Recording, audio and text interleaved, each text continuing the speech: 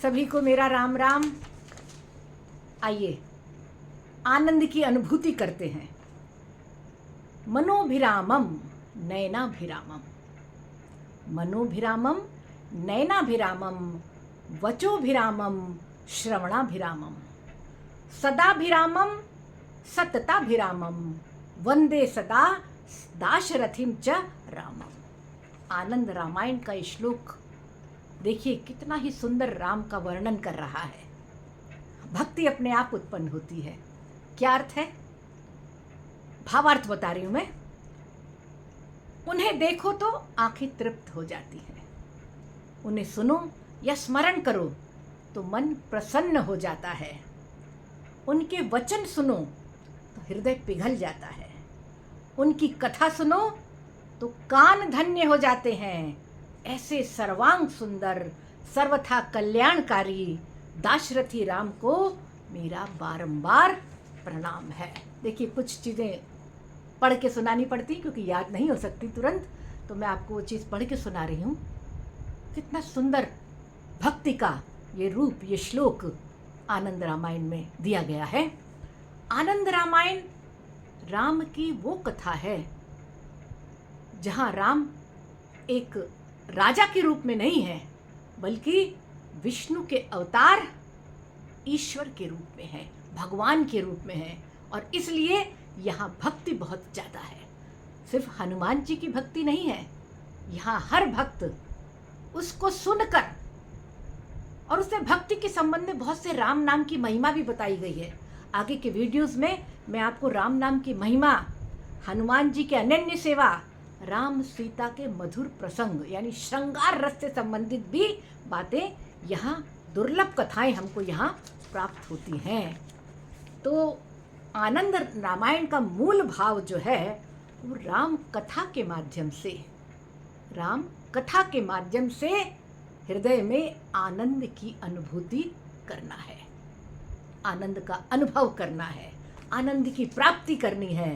क्योंकि आनंद ही आनंद हमारे यहाँ एक उत्सव है, उत्सव है और हमें आनंद प्राप्त होता है।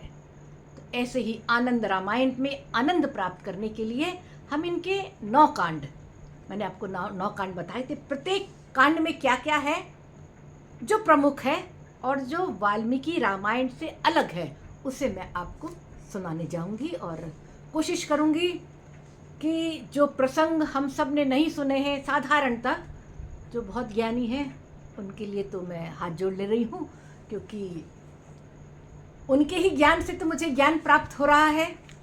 और विशेष रूप से ये जो आनंद रामायण की मैं आपको बातें लेके आ रही हूँ, प्रसंग लेके आ रही हूँ, कथा लेके आ रही हूँ, कुछ प्रमुख चीज़ें लेके आ रही हूँ, इसके लिए मैं डॉक्टर निमिषा श्रीवास्तव का धन्यवाद देना चाहूँगी कि उनके आनंद रामायण प्राप्त मुझे हुई उनसे, और उनके जो है वो एक थीसिस यानी शोध पत्र उन्होंने आनंद रामायण पर लिखा।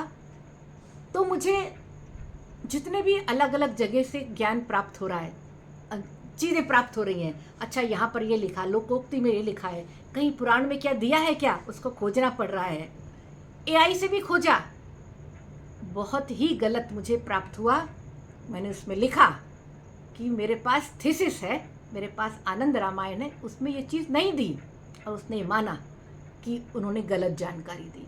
इसलिए AI पर निर्भर रहकर हम बहुत सारा ज्ञान अचूक ये नहीं हो सकता कि प्राप्त कर सके। मैंने उससे कहा है कि हिंदू धर्म के बारे में आप और ज्ञान प्राप्त करें, तभी आप सही जानकारी दे सकेंगे। तो सबसे पहले इसलिए मैंने डॉक्टर निमिषा श्रीवास्तव का आभार व्यक्त कर रही हूँ, अभी भी, पहले भी और बाद में भी करूँगी, क्योंकि उनका जो मुझे ग्रंथ प्राप्त हुए उससे सटीक और सही बातें जानने का हमें मौका मिला। चलिए जानते हैं। एक और अंतर बताती हूँ। श्री वाल्मीकि रामायण में राम के जन्म से कथा शुरू होती है, और यहाँ पर आनंद रामायण में राम के जन्म से पूर्व की ये कथा है। और ये कथा बड़ी ही रोचक है, कुछ वैसी ही है जैसे कि कंस ने उसको अपनी बहन को मारने की कोशिश की थी, क्योंकि कृष्ण के द्वारा उनका वध पहले से निश्चित था। ऐसे ही रावण जब बहुत शक्तिशाली हो गया, पराक्रमी हो गया, उसको लगा मुझे तो मृत्यु प्राप्त नहीं होगी। इस घमंड में उसने ब्रह्मा जी से पूछा, क्या मेरा कोई मृत्यु का कारक है? मेरी मृत्यु कैसे होगी? ब्रह्मा जी ने कहा, तुम्हारी मृत्यु कौशल्या पुत्र राम, यानी कौशल्या और दशरथ के पुत्र राम के द्वारा तुम्हें मृत्यु प्राप्त होगी। अब रावण को चिंता सताई। उसने सोचा कौशल्या का ही हरण कर लिया जाए तो राम का जन्म ही नहीं होगा। तो उसने एक योजना बनाई और कौशल्या जी का अपहरण कर लिया और एक संदूक में, पेटिका कहलाती है, पेटिका शब्द का प्रयोग किया गया है, उसको पेटिका में बंद करके श्रीलंका के पास समुद्र में एक निर्जन स्थान में छोड़ दिया। और सिर्फ छोड़ा नहीं, एक व्यक्ति है, नाम है उसका, समुद्र का निवासी है, नाम है तिरमिगिल, उस व्यक्ति को उसे सौंप दिया उस निर्जन समुद्री क्षेत्र में। अब देखिए, जो कुछ होना होता है ना, जैसे हम लोग कहते हैं उसके आगे किसी की नहीं चलती। वो ऐसे ही कि दशरथ अपनी समुद्र यात्रा पे निकले थे और भटक कर वो उसी निर्जन द्वीप पर आ पहुंचे और वहां उनको कौशल्या मिल गई। दोनों ने एक दूसरे का परिचय किया, जाना कि ये तो वही कौशल्या है जिनसे मेरा विवाह निश्चित हुआ है। वहां उन्होंने फिर, जब कौशल्या ने पूरी जानकारी दी कि अपहरण करके मुझे लाया गया है, तो दशरथ जी ने कौशल्या से वहीं गांधर्व विवाह किया। बाद में और लोग भी उपस्थित हुए, फिर विधिवत विवाह हुआ और इस प्रकार से कौशल्या और दशरथ के विवाह के पश्चात फिर कथा फिर आरंभ हो जाएगी। वध तो, मृत्यु तो रावण को प्राप्त होनी ही है। तो ये प्रसंग किसी और रामायण में, विशेषकर वाल्मीकि रामायण में, ये रामचरितमानस में नहीं है। इसके अलावा इसके 9 खंड का, जो 9 कांडों में से जो पहला जो सारकांड में आपको मैंने बताया, इसमें बहुत सारी वही बातें हैं कि दशरथ ने जो है पुत्र कामेष्टि यज्ञ किया, फिर खीर खिलाई गई,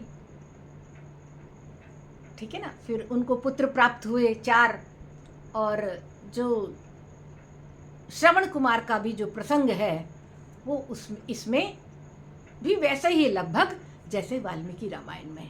एक प्रमुख प्रसंग और है जो हनुमान जी से संबंधित है। वो प्रसंग क्या है? थोड़ा सा इंतज़ार करिए, अगले वीडियो में फिर मिलती हूँ। आपको वीडियो कैसा लगा आप ज़रूर मुझे कमेंट करके बताइए। कोई प्रश्न हो तो वो भी बताइए और कोई त्रुटि हो तो क्षमा प्रार्थी हूँ। राम राम।